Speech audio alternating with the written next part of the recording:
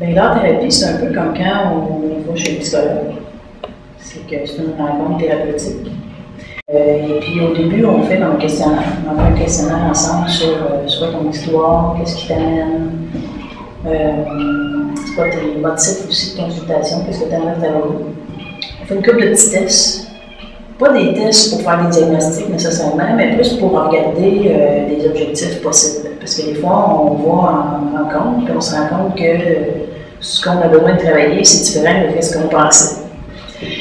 Souvent, au début, moi, j'utilise des collages pour faire un contact avec l'art-thérapie qui est un peu moins confrontant tout de suite. Commencer à faire du dessin. Puis, parce que les gens pensent qu'il faut être bon pour faire de l'art-thérapie, mais c'est pas un cours de peinture. C'est vraiment de dire, ben, je vais exprimer en couleur, en ligne, en forme, comment je me sens. Ça va être une sorte de tiers sur lequel on va travailler, puis sur lequel il y a une image qui va s'intégrer dans l'esprit. Donc, bref, on utilise du verbal, mais aussi beaucoup le non-verbal pour travailler les objectifs de la personne. C'est très, très puissant parce que souvent l'image va venir pour sepulter une défense mentale, en fait.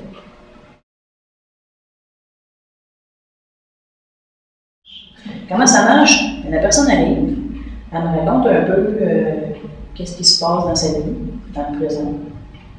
Et puis à partir de ça, soit qu'elle dit « Ah, j'ai telle image, il y a telle chose que j'ai envie de faire comme dessin », ou moi je propose quelque chose, selon ce qu'elle me raconte.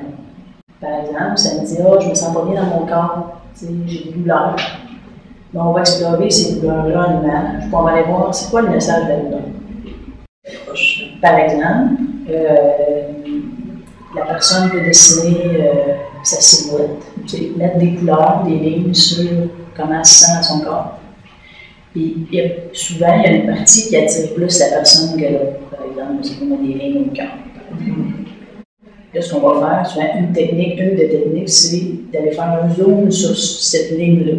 Puis on va produire ce mouvement-là, de dire, ben, si elle pouvait parler cette ligne-là, elle dirait quoi?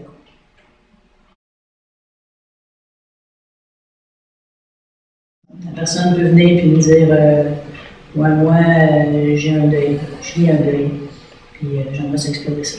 Okay. Ça pouvait être moi, j'ai de la difficulté dans mes relations avec les autres. On va explorer ça.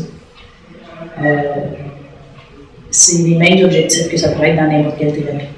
Parce que ce qui arrive avec l'image, c'est que tu arrives à prendre une distance par rapport à toi-même.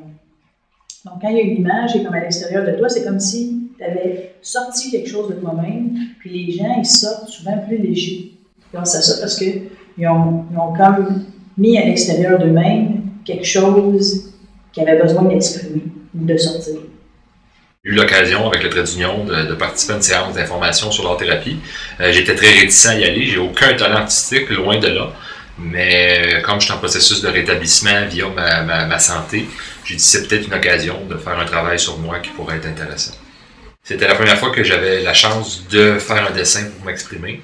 J'avais beaucoup de blocages, mais en discutant avec l'art-thérapeute, on a trouvé des trucs justement pour que ça débloque un peu là. Ce qu'on appelle la centration, elle me faisait fermer les yeux quelques minutes, faire le vide de ce qui se passait dans ma tête, puis laisser les images venir dans ma tête. Et puis après ça, j'étais prêt habituellement à dessiner. Moi, souvent, j'écrivais des mots sur mes dessins. Et puis, c'est ça, je pouvais dessiner pendant une demi-heure, 45 minutes, jusqu'à quand j'ai terminé. Après ça, on pouvait en discuter du dessin, justement. Mais ce qui est intéressant, c'est que c'était pas son interprétation à elle, c'était vraiment de m'accompagner dans l'analyse de ce que je peux faire de mon dessin. Qu'est-ce qui me dit le dessin?